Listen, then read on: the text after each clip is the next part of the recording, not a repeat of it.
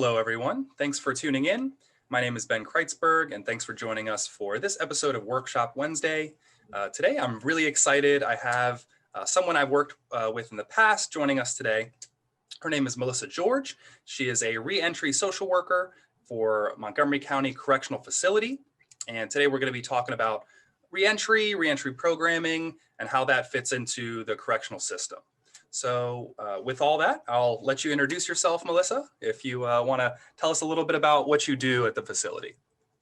Hi, thanks, Ben, for welcoming me and inviting me to this workshop. I think it's really important for everyone to hear a little bit about what reentry means. My name is Melissa George. I am a social worker, a clinical social worker, and I work for the Montgomery County Correctional Facility, specifically the Department of Correction and Rehabilitation in Montgomery County. And going forward, for the purposes of time and efficiency, we'll refer to Montgomery County Correctional Facility as MCCF.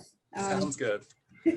We're one of two facilities through the Department of Corrections.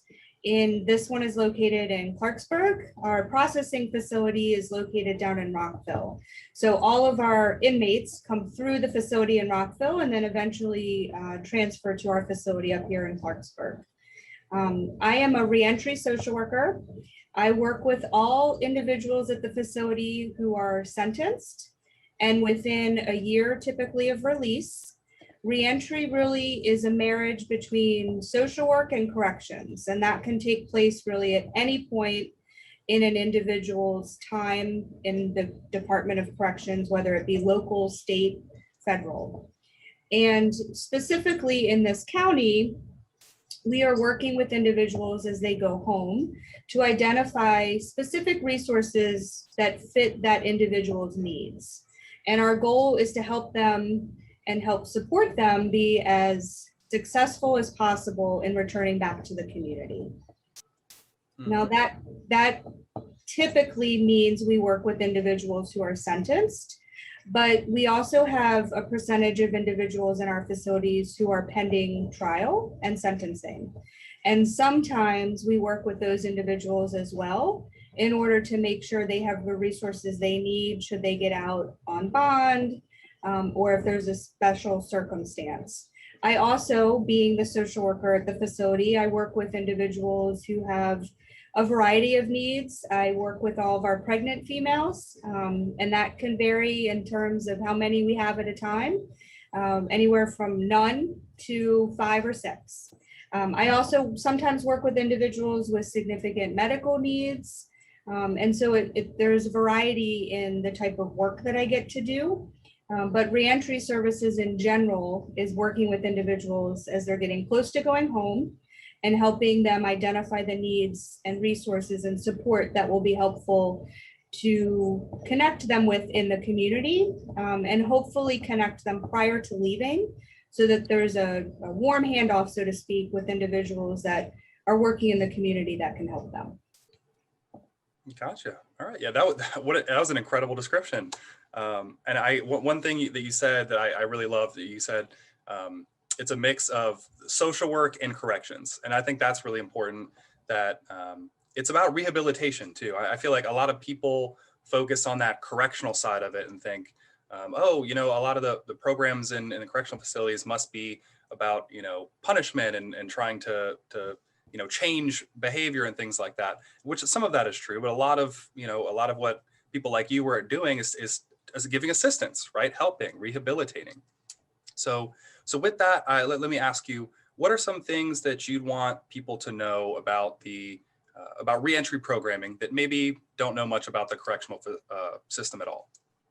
Sure, and I think you do make an accurate assessment that really we're looking at rehabilitation for individuals. And one of the buzzwords always that comes up is recidivism. And that's a hard thing really to track. But what we're trying to do is to hopefully intervene before somebody goes home to increase the likelihood of success. And that really it requires us to meet with a client, assess a client, and really start to work with them and meet them where they are. And it varies for clients. So for some clients, it might be, simply connecting them with family and support in the community that can be helpful. For some, it might mean connection to mental health services or treatment services.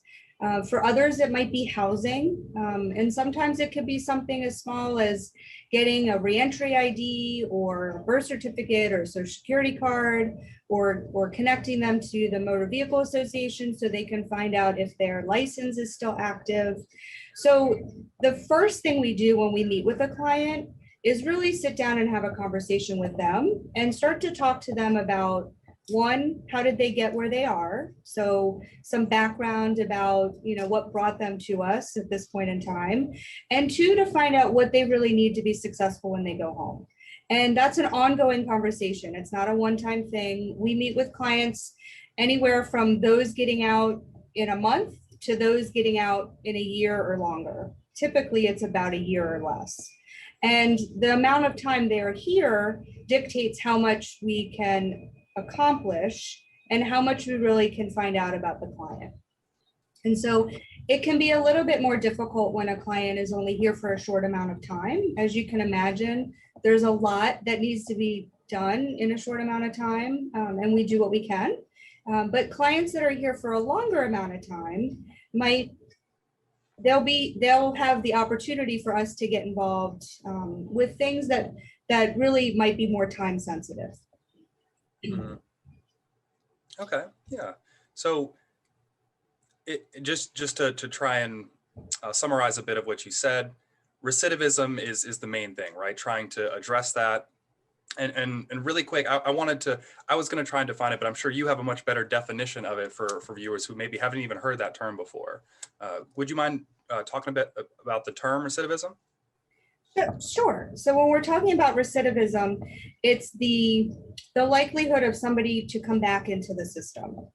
And so the difficulty in tracking that sometimes is that when individuals leave our facility, or any facility for that matter, we don't necessarily always know where they go and what they're doing. And so because there's multiple layers in the correctional system, state, federal, local, sometimes individuals will get released from a state system and might be doing well and succeeding in the community, potentially on probation. Mhm. But if they don't follow everything that's recommended for them on probation, they could potentially have new charges, violations of probation, and go back into the system. And so the systems talk with each other as best they can. But sometimes it can be difficult to track recidivism if one individual is sentenced in one jurisdiction and then transfers to a different jurisdiction.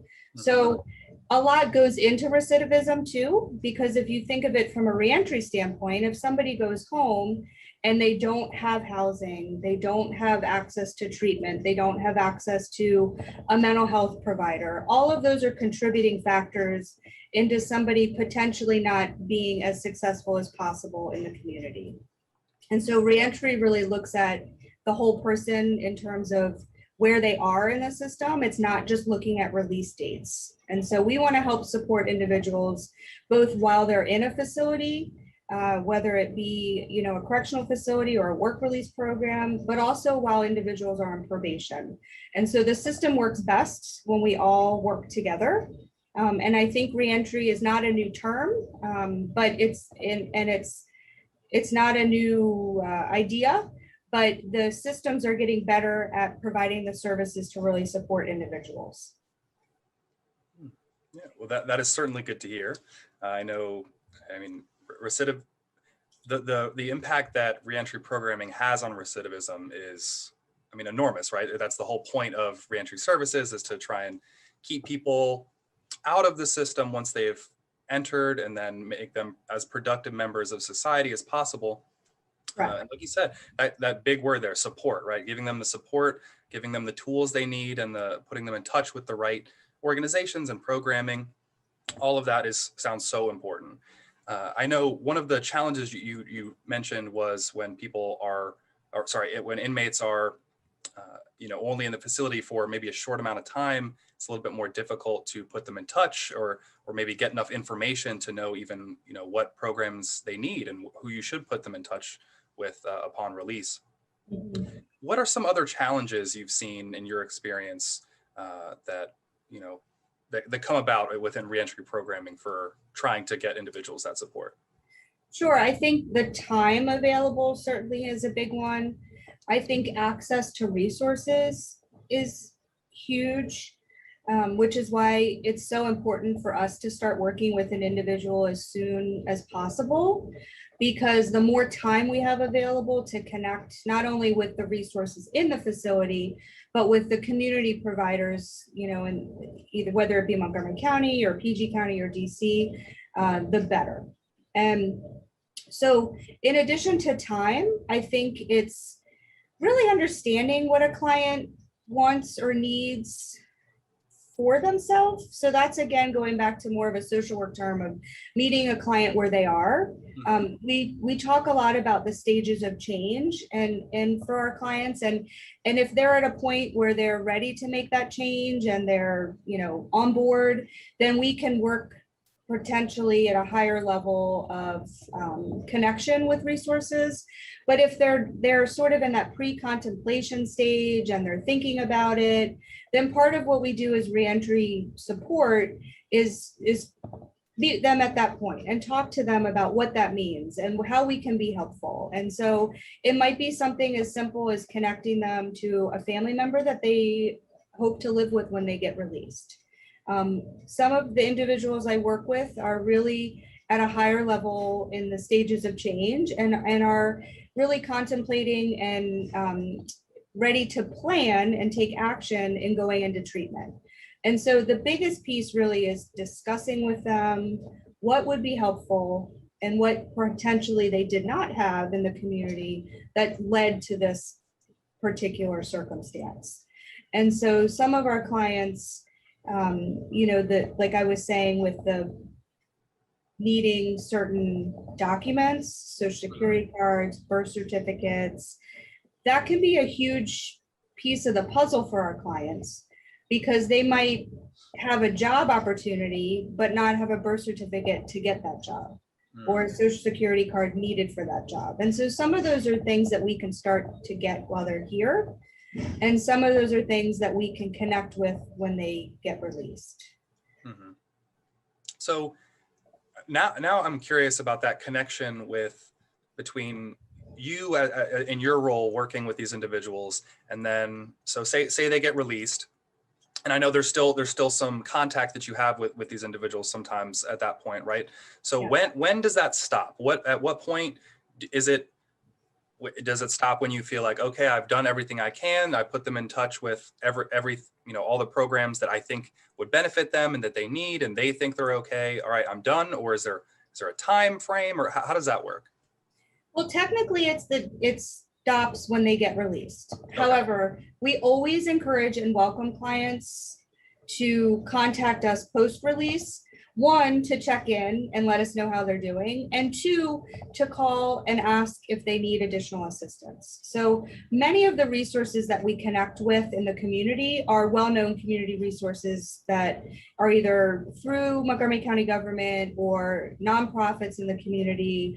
And so some of that connection, most of it can be made before they are released. Mhm. But I don't necessarily know if a client follows up unless I either hear from the community provider or the client calls back to check in. Now, quite honestly, some of my clients want to get released and have no further contact with us, and so be it. That's okay. I have others that will call back and at least for the first couple months following release, might call back once a month or once a week to check in and let us know how they're doing.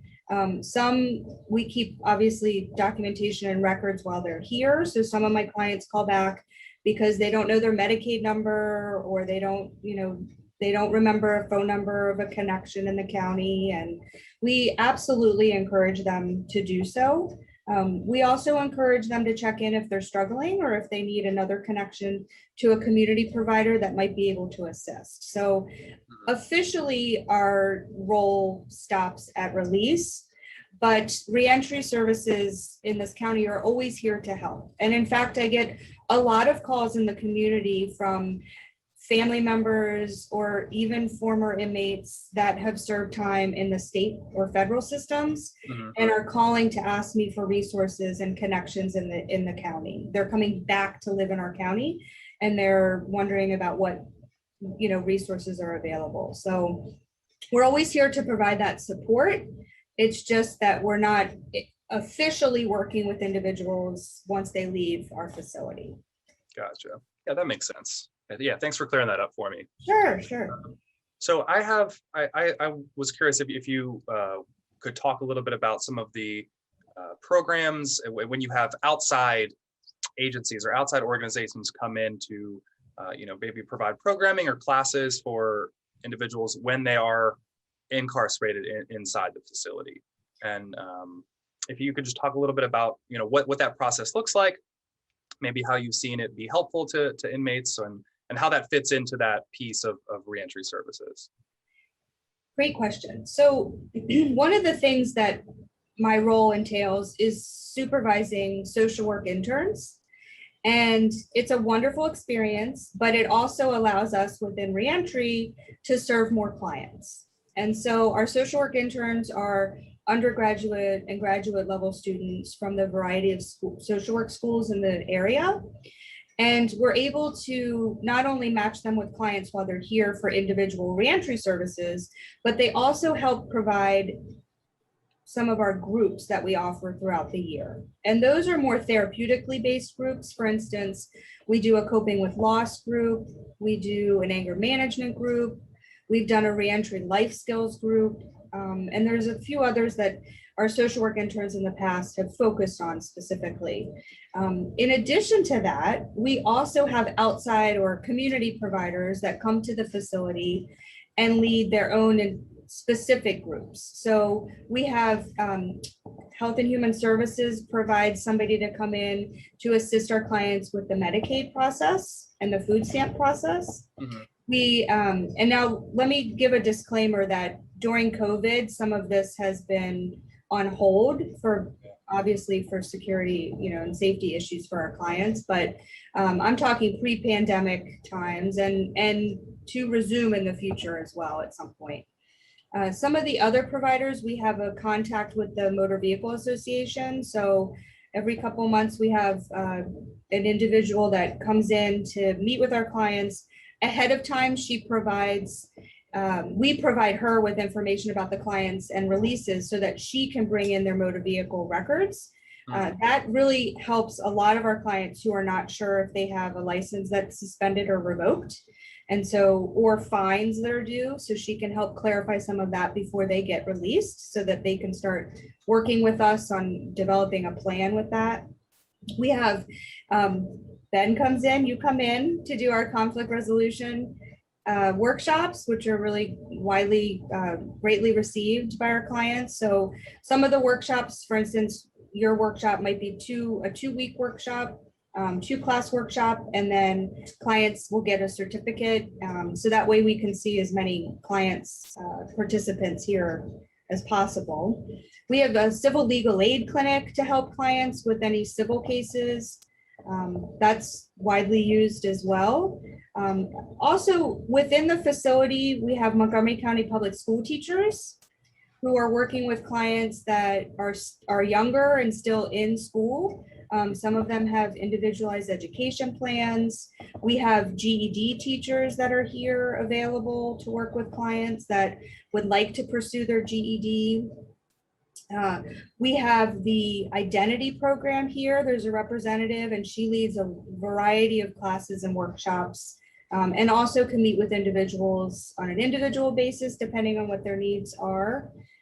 So that's a good snapshot of some of the workshops we provide, and there's many more. Yeah. I love that you just kept going, naming all these different types of services that people can come in and provide for the inmates. I think if people who are more familiar with the correctional facility and programming that happens in them, I think one of the first things that come to mind for most people might be those GED programs, right? So people have heard, yes, you can get your GED while incarcerated, but I think a lot of that other stuff gets missed, and that it's important to realize that there are facilities who offer like this wide range of skills and courses and classes to better prepare these individuals for reentry into the society. What are some ways in your experience that you've seen individuals use the skills or programs and things they've learned in these types of classes in the community once they've been released? I think the great thing is that because we have such a variety of classes and programs, that it really offers a lot to different individuals. So for instance, somebody might be younger and working on their GED, or older and working on their GED, or younger and finishing high school. But one of the things that I hadn't mentioned yet is the employment career development piece for individuals. And so probably one of the most important things to identify in terms of resources for our clients is, and one of the biggest questions I get has to do with employment. And so we have a workforce development group or office here through American Job Center. And pre-pandemic, they were here providing services and groups, workshops to our clients on a daily basis. So that was a huge connection for our clients, and they could start working here and then continue work with the program in the community. But that's awesome. I mean, that's a huge piece of the puzzle. And in addition to that, of course, is the educational services. So, but then there's also the mental health component, and a lot of what we try to do with our reentry, more therapeutically based programs is really help identify some of those intangible needs that clients are dealing with. So, struggling with what their family is thinking or needing while they're here. Our coping with loss workshop is not just focused on loss by death, but loss in terms of all of the things that our clients lose. It can be something that, we take for granted, but just being in a facility and not having access to your belongings and not having control. So that loss of control of your everyday movement and when you can make a phone call and, simple things that we kind of take for granted in the community. Loss of friendships and relationships and access to talk to your kids. And so the coping with loss group is, I think, a significant piece for our clients, as is the anger management piece, which not only deals with, obviously anger issues, but there's all different components to that: communication skills and coping skills and, identifying support networks and potentially having the time, taking advantage of the time while individuals are here to really have those discussions and break down some of those potential barriers for clients that might never have had the time or access to resources to really talk about these things, that these pretty significant issues that might be leading to recidivism or continued incarceration, or just lack of, ability to communicate with an individual in their family. So it's a great opportunity to take advantage of that time available for somebody to hopefully use it to their advantage before they go home. Yeah, absolutely. I mean, we just in the brief amount of time we've been talking, you've been able to mention so many different avenues for support that you're able to offer all these individuals in the facility. I know, and we briefly mentioned that, like I said before, I've worked with you in the past. I miss those pre-COVID times of being able to come into the facility and run those conflict management workshops and talk to the individuals, talk to the inmates. And that's not something people really get a chance to do unless you're in the industry, right? But I think people have this maybe twisted image of what a prison or a jail looks like, and that it's such a bleak, dirty, sad place full of anger and rage and violence. And that is definitely not. It's just not the case. Once you're in there and you're talking to these people, and you see the gratefulness, and you see the willingness to change and to get better and to do whatever it takes to learn and become a better person and really just change your life completely around. And that's one thing that I think stuck with me the most through my time working there. So I know we've talked about a lot here. Is there anything else that you feel like you missed, or that you want to talk about real quick before we wrap up the interview? Well, Ben, I think you made a good point about the misperception, and a lot of it's based on what we see on TV and Absolutely, yeah. glorifying things or making them more dramatic or worse than they are. And I guess I would just like to remind everyone listening that many we're probably talking to community members, and our individuals are going back to the communities that we live in. And especially when we're working in a local facility where the majority of our clients are serving 18 months or less. And the important thing for all of us to know is that, how do we want them returning? Would we want them returning with no resources and no chance at access to services in the facility? No, we want them coming back with access to services, with access to resources, and that community connection. And so that's really our goal. The best that we can do here makes it better for them and for the community. So that's our goal. And I think this county does a really good job of setting that up. Our facility has always welcomed visitors from the community, and I think that's really important because people can see what it looks like here.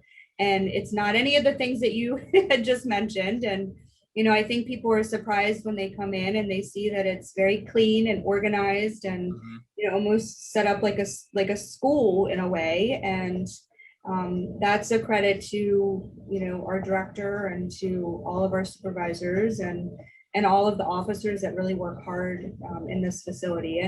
And the thing with reentry and being a social worker and in a facility setting like corrections is that, custody and security takes precedence. So what they say goes. And under that, we're working the best we can within that safe perimeter to offer the services that we can. And we couldn't do it without them and without them being supportive of all of this too. So it's a good balance, I think. Yeah, well said. Well said. And I will repeat that again. It is not everything you see on TV and movies. It is a whole different world. I can speak from experience on that. Well, Melissa, is there anywhere, or is there any website or anything that viewers might be able to go to learn a little bit more about what we've been talking about today? Sure. I mean, there's a lot of resources out in the community. And on the websites out there, if you just type in reentry services on a federal level, but you certainly could look at the local DOCR website, and that'll give my contact information for reentry services, and my supervisor, Kendra Yoakum, her contact information. And if anyone has any questions or just wants to find out a little bit more, please reach out to me, send me an email, give me a call. I'm always happy to talk about this. I'm pretty passionate about working with this population, and it's been a great career. So I want to make sure that the community is aware of what's out there. And also, I'm always looking for new resources for our clients as well. Mm-hmm. All right. Well, thank you so much, Melissa. I'm thrilled you were able to join me today. It's been great talking to you. I'm sure we'll have many more conversations in the future about reentry services. But I also want to take this time to thank all of you who tuned in to watch this episode of Workshop Wednesday today. You can send me an email at any time if you have any questions about anything we've talked about or anything we've talked about in our previous episodes. And you can find my contact information in the information below. I also want to say, if you want to check out our website for the Conflict Resolution Center in Montgomery County and learn a little bit more about our services and what we're doing in the reentry space, you can visit crcmc.org above. And if you'd like to donate to our organization to help us continue to provide our services to members of the community for free, you can visit www.crcmc.org/donate now. And one more time, I want to thank you, Melissa, for joining me, and have a good rest of your day, everybody. Thanks for tuning in. Take care.